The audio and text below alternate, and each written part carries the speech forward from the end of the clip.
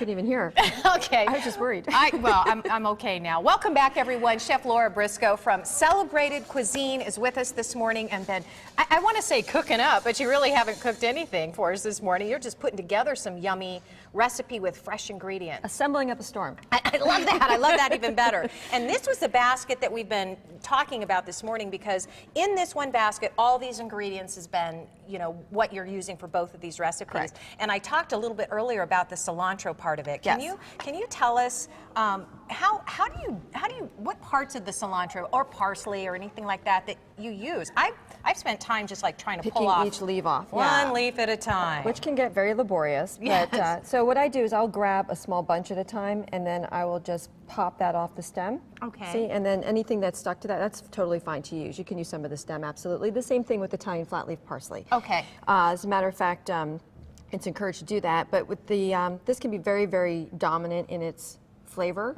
So, you know, a little bit goes a long way. Okay, good to And, know. you know, it's actually a little interesting thing. I don't even know if this is true or not. Someone told me that if it tastes like soap to you, it's your body's way of telling you might be allergic to it. Oh. And it tastes like soap to me. Okay, well then you probably shouldn't even be touching So that. Give me talk that about right washing now. your mouth out with cilantro. That's what my mother would say to me, I'm sure.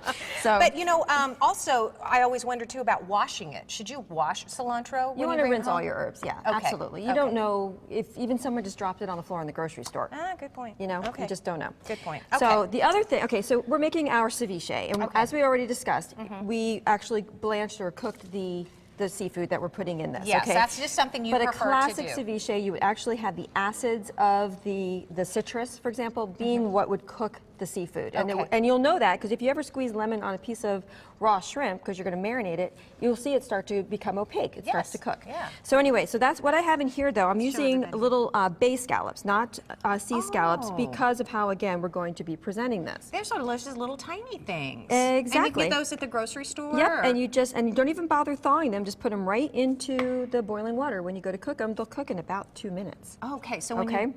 do they come raw or cooked, just like shrimp? I've only seen them come cooked. I mean, Okay. I'm sorry, come raw. Raw, Yeah, okay. shrimp you can buy either way. Okay, Now, great. that's the other thing too. Make sure you buy your shrimp tail off, okay? Otherwise, the smaller the shrimp, the more laborious that's going to get, okay? Oh. And then, you know, people might be saying bad things about me, and I don't want that to happen. So I want to make sure that you look for tail off. And, Okay. Okay, you can buy it already cooked, the shrimp, if you want to. Excellent. The other thing I want to show you, because everything, again, is going to be all teeny tiny based on how we're going to do our presentation. So here is our cilantro, our scallion, our red onion, but we're also going to add mango. And first of all, when you cut a mango, you want to peel it and then cut down both sides of the pit, okay? So if I cut it this way now, I will have my pit in my hands, a wide, flat pit. But this is gonna be what we call brunoise, so you actually can just take your knife and just do a couple of little layers like this. Brunoise, which means it's gonna be teeny tiny little dice. Oh. And you have to talk like that when you cut it, because Because it helps it go teeny tiny. exactly. See, I knew you'd get that. So, and then you just make little teeny tiny cuts. So there is our teeny tiny mango. All right. Brunoise. Is that what that Brunoise. means? Teeny tiny Teeny in tiny. some Yeah, language? it's smaller than small dice. Okay. So, and you can actually just finely chop that too if you want to. So Okay. what I'm going to have you do, in the interest of time, is go Yes. ahead into our tomato juice, add all of our other ingredients. Okay, I got to do this fast because Yep. I don't want to run out of time Nope. here. We only have about less than a minute. We're not going to do that. All the okay? red onion? All the of red it? onion, yep. Okay. And we're going to add this. We're going to add to it our shrimp and our scallops. And ideally, you can use a smaller shrimp, or you can cut that up a little bit if you want to. And then go ahead and grab that spatula that's to your left. Okay. Go ahead and give that a mix while I finish up our little bit of mango here. And then take that bottle of Valentina and give it some good couple of shakes in there. Thank you, Brendan. He's not just the cameraman. He's He's also, a he's like soup. Thing. He's like Thing from Addams Family. The hand just appears out of nowhere. He is like Thing, more than you know.